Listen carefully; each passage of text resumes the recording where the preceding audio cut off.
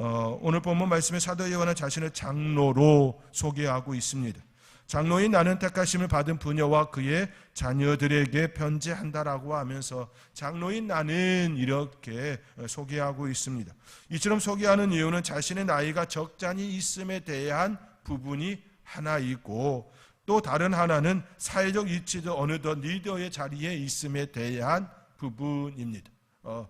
장로라고 하면 이미 어느 정도의 교회 안에서도 나이가 좀 들어가고 있는 그 위치에 머물게 되어지죠. 뿐만 아니라 그 사회적 위치에 대한 부분도 같이 곁들여집니다. 단순히 나이가 들었다라고 하는 의미만이 아니라 사회적 책임을 지는 그 위치가 되었다라는 이야기이기도 합니다. 자기 자신의 위치를 아는 것은 매우 중요합니다. 자기의 위치를 안다는 것은 자신이 감당해야 될 그 책임, 그 몫을 바르게 인식하고 있다라는 이야기입니다. 장로인 나는이라고 이 표현 속에 이미 자신이 감당해야 될 그 책임, 그 몫에 대한 바른 고백을 그 안에 가지고 있다라는 말씀이기도 합니다. 예수님께서 자신을 따르는 자들에게 자기의 십자가를 지고 따르라라는 말씀을 하셨습니다. 이와 같은 맥락이라 말할 수 있습니다. 장로인 나는이라고 하는 이 아주 짤막한 이 표현 속에 예수님께서 자기의 십자가를 지고 따르라라고 하는 그 말씀과 같은 그 맥락에서 내가 지금 이 장로라고 하는 이 직분에 대하여서 내가 책임져야 될 것, 내가 감당해야 될 것, 내가 하나님께서 나에게 허락하여 주신 그것을 감당하고 있는 나는 이렇게 표현하고 있다라는 겁니다. 그렇기에 굉장히 어려운 이야기이기도 합니다. 사도 요한은 자신의 위치를 알고 자신이 감당해야 할 십자가에 대하여 이처럼 장로라고 하는 이 단어 속에 다 포함시키고 그렇게 접근하고 있습니다. 저도 종종 목사라고 하는 그 직책에 대하여 굉장히 무겁게 느껴질 때가 있습니다. 때로는 왜 하나님께서 나를 부르셔서 이 길을 가게 하시고 이 직책을 주셔서 이것을 감당하게 하시는가라고 묻기도 합니다. 저는 이제 중고등학교 때 하나님께 은혜를 입고 수련을 통하여서 이제 정말로 그 눈물콧물 펑펑 쏟는다고 하지요. 눈물콧물 펑펑 쏟는 그 은혜를 경험하였습니다. 그리고 교회의 목사님께서 이제 목사 될 사람이라고 하는 이제 그 자리에서 일어나라고 할 때 저도 모르게 일어났습니다. 그때 함께 일어났던 친구가 저희 굉장히 오랫동안 있는 그 친구 딱 두 사람이 그 많은 학생들 가운데에 청년들 가운데 딱 두 사람이 일어섰습니다. 그 두 사람이 지금 목사가 되었습니다. 그 친구는 이제 안양대 교수로 목사로 있고 저는 여기에 또 목사로 지내고 있습니다. 제가 그 친구를 한번 교회에 초대해서 여러분과 함께 강의를 한번 진행하려고 마음속에 또 품고도 있습니다. 하나님께서 아주 특별하게 길을 인도해서 그 친구도 목사 안 되려고 했는데 하나님께서 해야 된다고 그렇게 강제로 그 자리에 있게 하셔서 또 그 직을 감당하고 있습니다. 한번 이제 제가 이제 초대해서 그 자리에 한번 함께 나누기를 소망하고 있습니다. 초등학교 때 만나가지고 지금까지 그 하나님의 은혜 가운데에 만남을 갖고 있는 아주 좋은 친구인데 그런 은혜를 허락해 주셨습니다. 목사의 직분에 대해서 생각할 때에 참 무겁다, 힘들다, 그렇게 무겁게 느껴짐에도 불구하고 또 한편은 굉장히 감사할 때가 있습니다. 이것이 바로 아마도 제가 볼 때에는 장로인 나는이라고 하는 이 표현 속에 사도 요한이 그렇게 접근하고 있지 않는가라고 하는 조심스럽게 그렇게 생각해 봅니다. 책임감에 대하여, 몫에 대하여, 십자가에 대하여 아주 짤막한 이 장로라는 그 직분을 통하여서 담고 있는 이 모습에 대하여 생각해 볼 필요가 있는 것이지요. 사도 요한은 자신의 위치를 알고 자신이 감당해야 될 그 십자가에 대하여 바르게 인식하고 지금 그는 그 직분으로 그 직으로 지금 편지하고 있음을 볼 수가 있습니다. 우리는 종종 자신의 위치에 대하여 쉽게 생각하거나 경솔히 대할 때가 있습니다. 그런데 그것은요, 결코 하나님 앞에서 바람직한 모습이 아닙니다.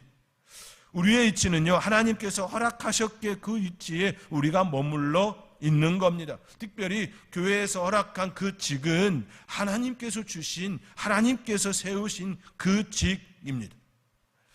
이를 부정한다는 것은 하나님을 부정하는 행위가 될 뿐이지요. 그러므로 자신의 위치에 대하여 하나님 앞에서 바르게 고백하는 것 매우 중요한 부분입니다. 내가 장로된 거, 내가 권사된 거, 내가 안수집사 된 거, 내가 교사 된 거, 내가 서리집사 되어진 것, 이 모든 것들은 다 하나님께서 세우셨기에 그 자리에 있는 것입니다. 그러므로 그 직을 감당한다라고 하는 것은 내 사사로운 개인적 감정에 의하여서 할 수 있다 없다라가 아니라 하나님 앞에서 감당하겠습니다라고 하는 그 모습이 마땅히 있어야 합니다.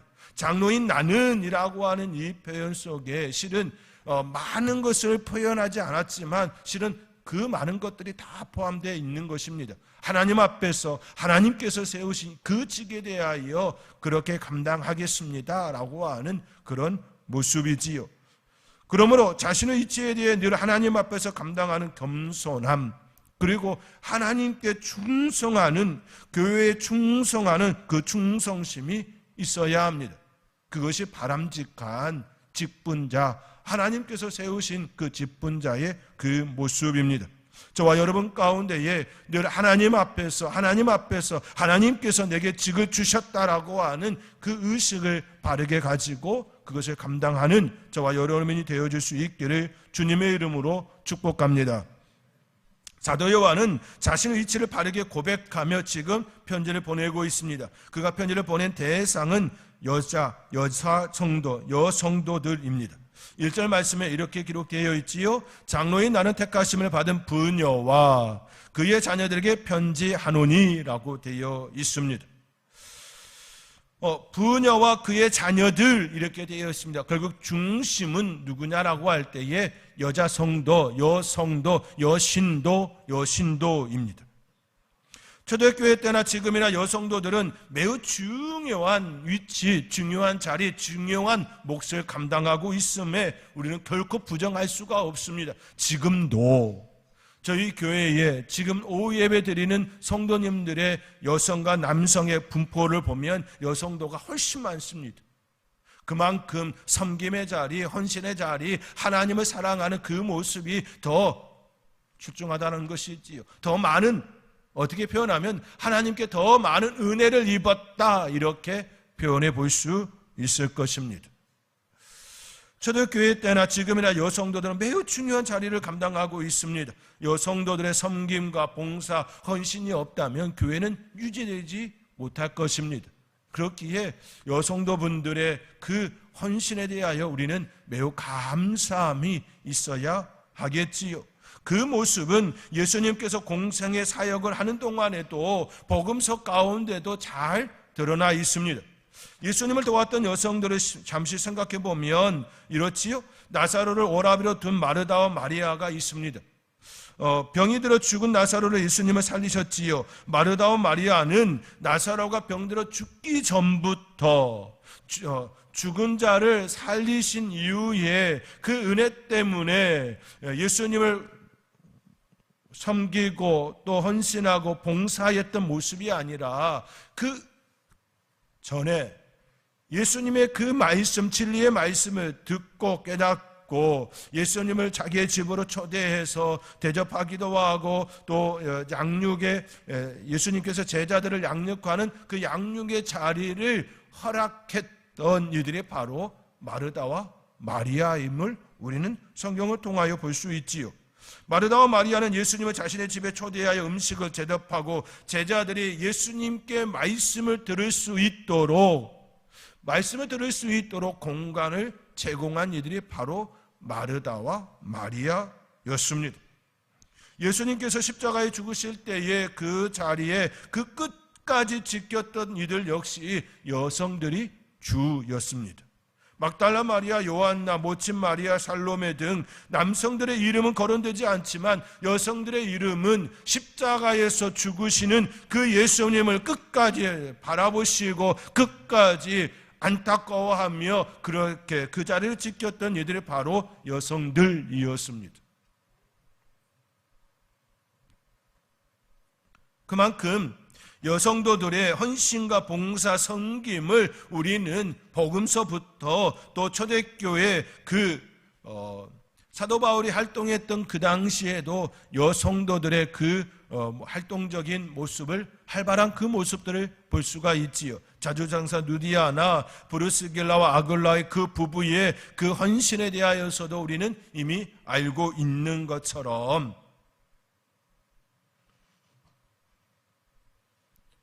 사도 요한은 지금 초대교회 때부터 열심히 그렇게 섬김을 하고 있는 그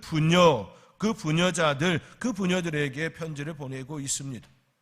사도 요한은 그들을 사랑한다라고 고백합니다. 그가 이처럼 말할 수 있는 이유는 택하심을 받은 자들과 영원히 함께 하시는 진리 때문이라 이처럼 표현하고 있습니다. 예수 그리스도로 인하여서 그들을 사랑한다. 예수 그리스도 안에서, 하나님 사랑 안에서 그들을 사랑한다. 사랑하는 자들, 이렇게 접근되고 있는 것이지요. 우리 함께 2절의 말씀 우리 함께 읽겠습니다. 우리 안에 거하여 영원히 우리와 함께할 진리로 말미암음이라. 아멘. 1절 말씀에 내가 참으로 사랑하는 자요 나뿐 아니라 진리를 아는 모든 자도 그리하는 것은, 사랑하는 것은 우리 안에 거하여 영원히 우리와 함께 할 진리로 말미암음이라 라고 말씀하고 있습니다. 지금 사도 요한이 그 부녀들에게 내가 참으로 사랑한다, 그 사랑하는 이유는 우리 안에 거하여 영원히 우리와 함께 할 진리 때문이다. 그 진리로 인하여 사랑한다라는 말씀인 것이지요. 사도 요한이 말하는 진리는 결국 예수님을 가리키고 있습니다. 예수님은 진리로 이 땅에 오셨습니다. 그 진리를 아는 자들에게는 하나님의 영광을 허락해 주셨습니다. 영원한 소망을 갖게 하셨습니다. 그렇지요? 예수 그리스도가 내 안에 들어오심으로 내 안에 소망이 일어났습니다. 그 소망으로 인하여서 날마다 우리의 삶의 자리가 풍성함을 입도록 허락해 주셨습니다. 그 축복 가운데 우리는 사랑하는 자들이 되었습니다. 그리고 그 사랑으로 세상을 향하여 빛과 소금의 역할을 감당하는 자 되기를 원합니다라고 하며 그렇게 고백하는 삶이 되게 하셨습니다. 바로 이러한 이야기를 지금 사도 요한은 이처럼 표현하고 있는 것입니다. 사도 요한은 그분에 대해 우리 안에 거하여 영원히 함께할 진리라고 말씀하며 영원히 함께할 분, 그분이 바로 예수님, 그 예수님으로 인하여 우리가 사랑한다, 그 사랑하게 되었다, 이처럼 접근하고 있는 것입니다. 예수님은 이 땅에 우리를 위해 오셨습니다. 그리고 그분을 영접하면 영원히 그분과 함께 영원한 축복을 누리게 되어집니다. 그 사랑을 온전히 누리는 저와 여러분의 삶이 되어질 수 있기를 주님의 이름으로 축원드립니다. 사도 요한은 택하심을 받은 부녀와 그의 자녀들에게 편지한다고 말씀합니다. 우리는 여기서 매우 중요하게 보아야 할 것이 있습니다. 사도 요한은 그 부녀에 대하여 어떻게 표현하고 있냐면 택하심을 받은 이라고 접근하고 있습니다. 장로인 나는 택하심을 받은 부녀, 그의 자녀들, 이렇게 표현하고 있다라는 말씀입니다. 사도 요한은 택하심을 받은 부녀와 그의 자녀라고 말씀하지요. 가정에서의 신앙의 중심은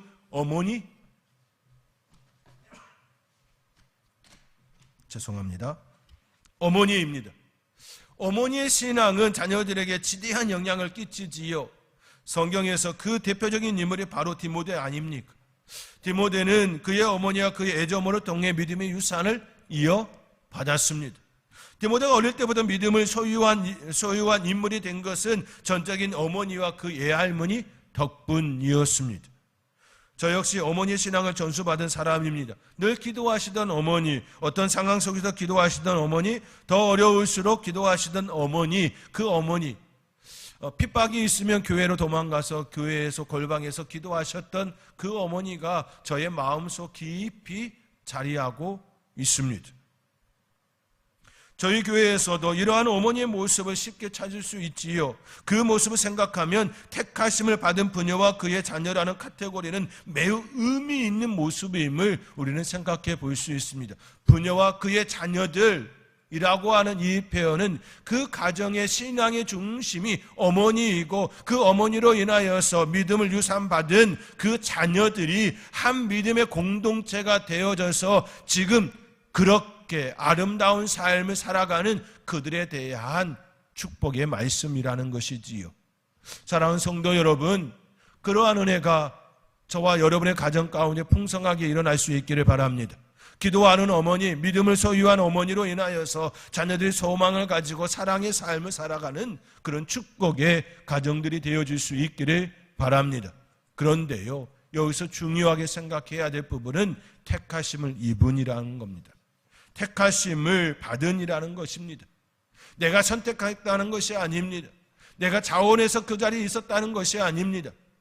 내 마음대로 그 자리에 있었다라는 것이 아닙니다. 하나님께서 여러분을 택하셨다라는 겁니다. 하나님께서 여러분을 불러서 그 자리에 있게 하셨다라는 겁니다. 하나님께서 여러분에게 믿음을 주셨다라는 것입니다.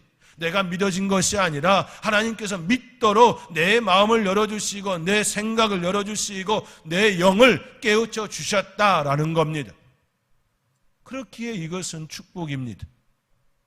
아직 여러분의 자녀들 가운데에 그 믿음의 반석이 든든하지 않다라고 여겨진다면 기도하시기 바랍니다. 하나님, 내 자녀의 그 삶의 자리를 축복해 주셔서 우리 자녀의 영이 깨우쳐지고 그들의 마음이 열려져서 믿게 되어지는 그 역사를 경험케 해달라고 기도하시기 바랍니다. 그것이 은혜이고 축복입니다. 참으로 감사한 일이지요. 새 가족이 우리 교회에 오셨지요. 근데 그 자녀가 어머니의 그 모습을 보고 나도 교회에 가겠노라고 그러한 고백이 이루어졌음에 대하여 저는 참 감사함이 있습니다. 아주 큰 축복이지요. 어머니를 만난 그 하나님으로 인하여 내가 교회에 가보겠다라고 하는 그 고백은 결코 쉽지가 않습니다. 그런데 그 고백이 그 가정에 일어났습니다. 하나님의 크신 역사가 더 크게 일어날 줄 저는 믿습니다. 하나님의 은혜는요, 내가 택한 것이 아닙니다. 하나님께서 우리를 택하심입니다. 그 택하심을 받은 저와 여러분의 삶의 자리에 그 크신 은혜와 사랑이 역사되어지기를 주님의 이름으로 축원드립니다. 그리고 3절 말씀에 이렇게 사도 요한은 말씀하고 있지요. 사도 요한은 은혜와 긍휼과 평강이 우리와 함께 있으리라 라고 축복합니다. 3절 말씀입니다. 우리 함께 3절의 말씀 함께 읽겠습니다. 은혜와 긍휼과 평강이 하나님 아버지와 아버지의 아들 예수 그리스도로부터 진리와 사랑 가운데서 우리와 함께 있으리라. 아멘. 은혜와 긍휼과 평강이 우리와 함께 있으리라. 이처럼 축복하고 있습니다. 은혜와 긍휼과 평강은 아버지 하나님과 예수 그리스도로부터 나오는 것임을 사도 요한은 밝히고 있습니다.